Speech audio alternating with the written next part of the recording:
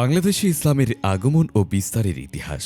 ইসলাম প্রসারের ইতিহাস প্রায় ১৪০০ বছরের পুরনো। মহানবী হজরত মুহাম্মদ সাল্লাল্লাহু আলাইহি ওয়াসাল্লাম এর সময় থেকে ইসলামের আলো পৃথিবীর বিভিন্ন অঞ্চলে ছড়িয়ে পড়তে শুরু করে। তার ইন্তেকালের পর খলিফাদের নেতৃত্বে মুসলিম সাম্রাজ্য দ্রুত বিস্তৃত হতে থাকে। ধর্মপ্রচার, জ্ঞানচর্চা এবং ব্যবসা বাণিজ্যের প্রসারের মাধ্যমে ইসলাম অল্প সময়ের মধ্যেই পৃথিবীর বিস্তীর্ণ অঞ্চলে পৌঁছে যায়।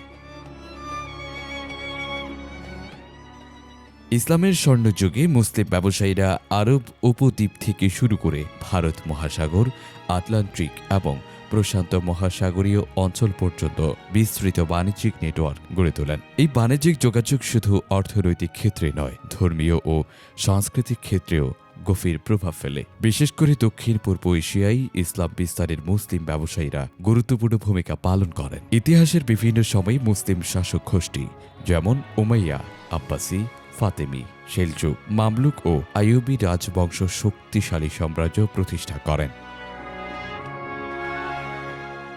উত্তর আফ্রিকার আন্দোলস, মালি সাম্রাজ্য, ভারতীয় উপমহাদেশের দিল্লি সালতানাত, বেঙ্গল সালতানাত, পারস্যের গুজুনবি ও সাফাবি সাম্রাজ্য এবং আনাতোলিয়ার অটোমান সাম্রাজ্য বিশ্ব ইতিহাসে গুরুত্বপূর্ণ ভূমিকা পালন করে। এ সময় মুসলিম বিশ্বের মানুষ শুধু রাজনীতি বা সামরিক শক্তিতে নয়, জ্ঞান, বিজ্ঞান, সাহিত্য, দর্শন ও সংস্কৃতিতেও অসাধারণ অবদান রাখেন। মুসলিম বিজ্ঞানী, গণিতবিদ, চিকিৎসাবিদ ও দার্শনিকদের গবেষণা বিশ্ব সভ্যতার বিকাশে গুরুত্বপূর্ণ ভূমিকা রাখে।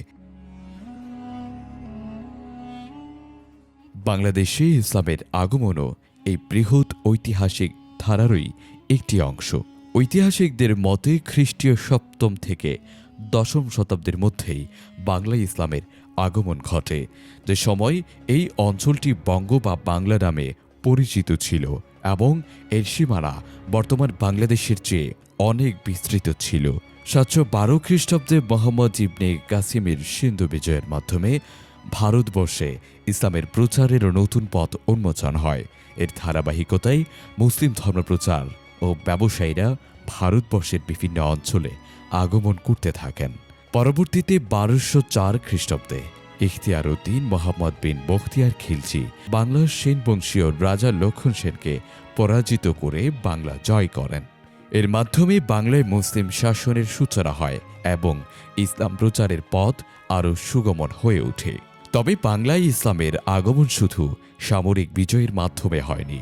এর অনেক আগেই আরব মুসলিম বণিকরা বাণিজ্যের উদ্দেশ্যে এই অঞ্চলে আসতেন। জাহিলি যুগ থেকেই আরব বণিকদের সঙ্গে ভারত ও বাংলায় বাণিজ্যিক সম্পর্ক ছিল। আরব বণিকরা পারস্য উপসাগর হয়ে বেলুচিস্তান, গুজরাট, দক্ষিণ ভারত হয়ে বঙ্গোপসাগরে পৌঁছাতেন।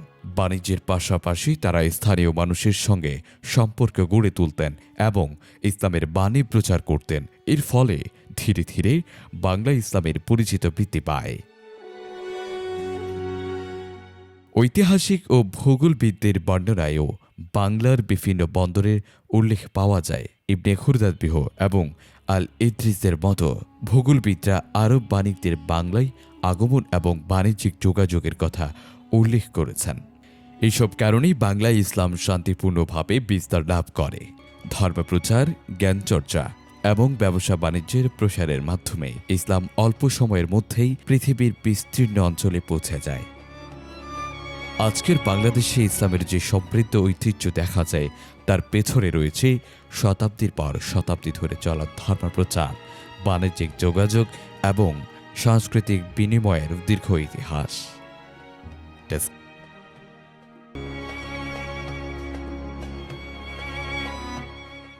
Desk report, news Times. News Times, সত্যের প্রত্যয়ে আমরা।